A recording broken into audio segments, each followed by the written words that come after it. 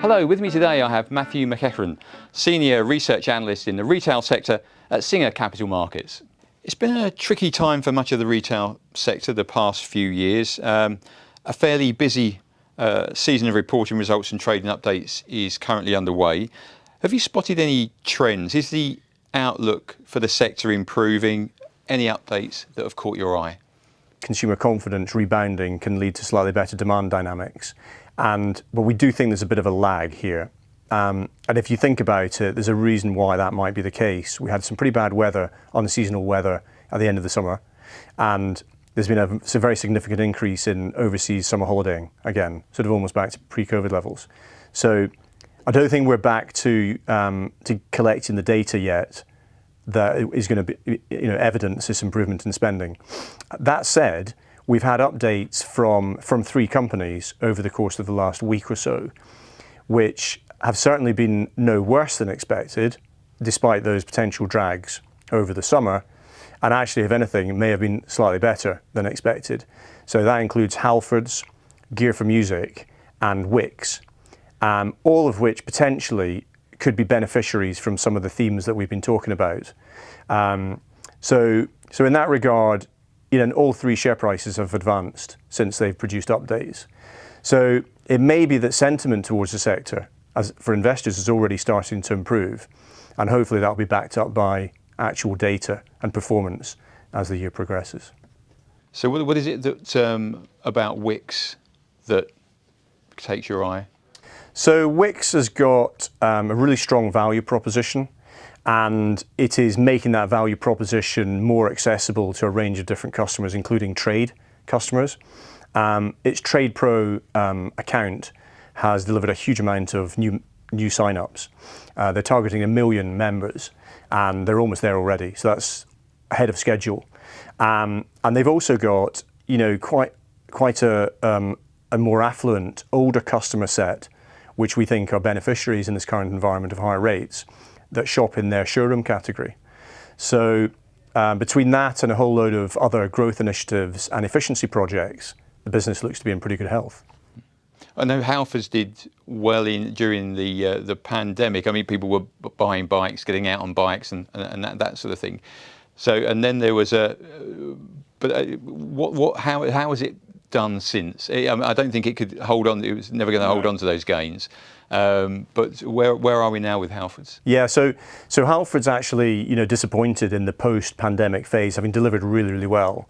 But their strategy is still evolving, and they are delivering a really good value proposition, which is much more conveniently tied together across their stores, their auto centres, and their mobile vans, which customers can access and get very, very good value for money. Servicing, product replacement, fitted, and MOTs. And in this environment, the cost of living environment, that's working very well. And they too have launched a membership scheme, which is a loyalty scheme. And they too have seen a massive increase in the number of sign-ups. And, on average, these customers that are on trade accounts or in loyalty schemes tend to spend much more frequently and much more in terms of actual pounds compared to non-customers. So although it's had a tough time, they are coming through that well. They've got a very significant motoring division, underpinned by the auto centres business, and they are taking share and delivering operational efficiency. So again, a bit like Wix, it's trading on a very, very low multiple. Looks like it's well positioned and should be a net beneficiary of any improvement in the demand backdrop. Now, Gear for Music is a company that perhaps our viewers don't know quite so well, but it sells musical instruments and equipment. That's right. Gear for Music is the market leader in the UK for musical instruments and accessories. It mostly trades online. It does have showrooms, but the predominant channel is online. And they were, very significant beneficiaries during the lockdown period through the pandemic. And they've had a very strong growth strategy. It's a disruptor. It's taking market share. But after the pandemic, much like the other online retailers have seen, the channel gave up more than was expected. And in addition to that, as one of the more discretionary items in your average household budget, there's probably been a bit more pressure there through the cost of living crisis. But it recently had an update which was in line with expectations. It's got a number of growth initiatives which will come to the fore again. That's pan-European in the UK. They've got a pre-owned initiative which is really timed, I think, in this environment, where people can trade in their old products and either get credit notes or cash. And they have a number of other growth initiatives which are sitting in the wings there. But in the short term, they've been focusing on improving their margin and their operational efficiency. And they look well set, and the trading update recently confirmed that they're bang on track. And again, a bit like the other stocks, having got to such a low depressed valuation, markets were disbelieving the deliverability of forecasts. And that deadlock seems to have been broken, and the business looks well placed to perform from here and generate some free cash flow.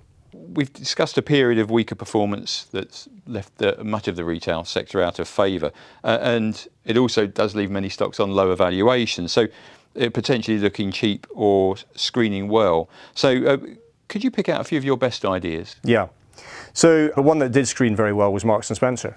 It's got a lot of self-help, it's got a pretty strong balance sheet, it's got a multi-channel business, and they are significantly exposed to the older customer without mortgages who have savings. And when you tie together that self-help with that macro and sort of demographic overlay, it looks well placed, and it's not on an expensive multiple.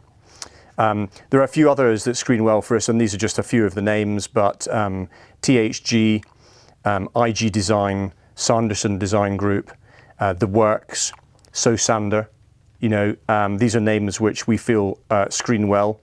And then more on the leisure side, Restaurant Group, Loungers, XP Factory, and DP Poland. So these are just a few of the names that may resonate with some of your viewers, but which look well disposed to some of the things that we're talking about. Well, look, it's interesting that you mentioned M&S, because it's done incredibly well. It's now FTSE 100 stock again. Given that it has done so well, is that something that you see? Well, you clearly do see that outperformance continuing. Is this the big turn we've took over the years? There are many false dawns, many sort of you people in charge of revitalising the high street chain. Is this the turnaround? Is this the time for Marks and Spencer's? Well, I think there are two things we're talking about, and they aren't related. One is the self-help, and one is the macro backdrop. The self-help is leading to market share gains, so improved product, better proposition, customers spending more money there than they have been. And then you've got the overlay of demand. And if you get rising demand or improving demand and continuation of share gains alongside the operational efficiency initiatives, you'd have thought that would lead to continued outperformance. Matthew McEachran at Singer Capital Markets, thanks very much for joining me today. Absolutely, my pleasure. Nice to see you.